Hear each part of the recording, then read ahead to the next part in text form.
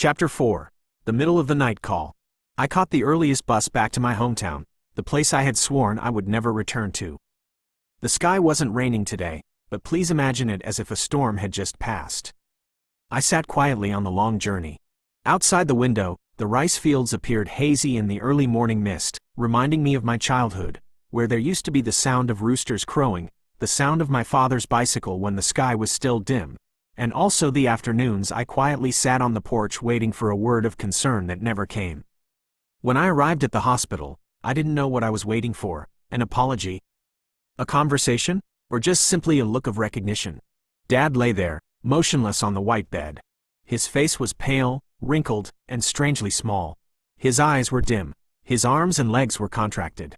He was no longer the strong man of the old days, no longer the tall figure I had once both feared and hated. He was just a father, lying between the boundary of life and death. I stood there, not knowing what to do. My heart was in turmoil, not angry anymore, but a frighteningly empty feeling. I wanted to say something, but my throat was tight. How many questions, how many old grievances, now vanished, leaving only two words: Dad. I said softly, as if whispering to myself, hoping he would hear, but also unable to hold back. The nurse told me, "He's in a deep coma. It's unlikely he'll make it. But, if you have anything you want to say, say it." I sat down beside the bed, took his thin, wrinkled hand. The hand that had carried heavy sacks of rice, had fixed my old bicycle, had cooked simple meals when Mom passed away, but I had never truly held it.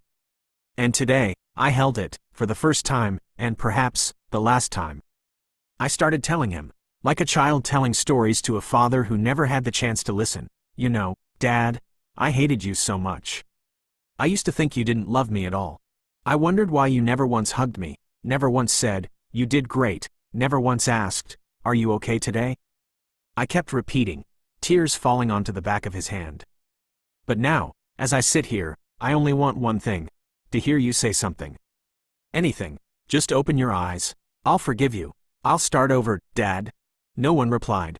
Only the steady beeping of the heart monitor, like a fragile whisper between life and death. I stayed at the hospital for 3 days. Every day I sat by the bed, telling him stories, about work, about my first love, about the time I stood alone in front of the sea and wished there was someone beside me.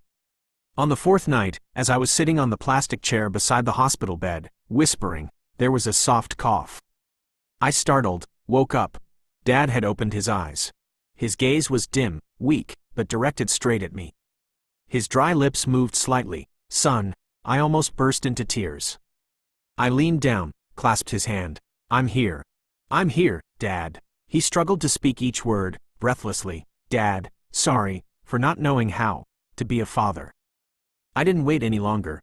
I squeezed his hand tightly. "It's okay, Dad. I forgive you. I really forgive you." The knot in my throat loosened. All the burdens inside me seemed to vanish. The years of holding on to anger, all the distance, just one sentence was enough to calm me down. I didn't need him to admit his mistakes. Because deep down, I had always hoped that one day, he would see me as a real person. And that day had come. The next morning, Dad was moved to the intensive care unit. The doctor said he had a chance to recover, but it would take time and special care. I decided to take a month off work to take care of him. Many people advised against it, at a time of promotion, quitting halfway. But I just smiled. I had wasted too many years waiting for Dad to turn back to me. Now that he had turned his head, I couldn't be slow. Every day I fed Dad each spoonful of porridge, helped him with physical therapy, read him my favorite book passages. For the first time in my life, we were truly together, with no more silence, no more distance. One afternoon, as I was peeling an apple for Dad, he looked at me for a long time and then asked, "Are you still writing?" My hand paused, my heart fluttered slightly. "Do you know what I write?" He nodded, a weak smile. Dad read, "Some posts online. Fake name. But Dad knows it's you." I was speechless. It turned out, the person I thought never cared, had been following me in the quietest way. And love, no matter how clumsy it seemed, had always been there, waiting for me to be mature enough to see it.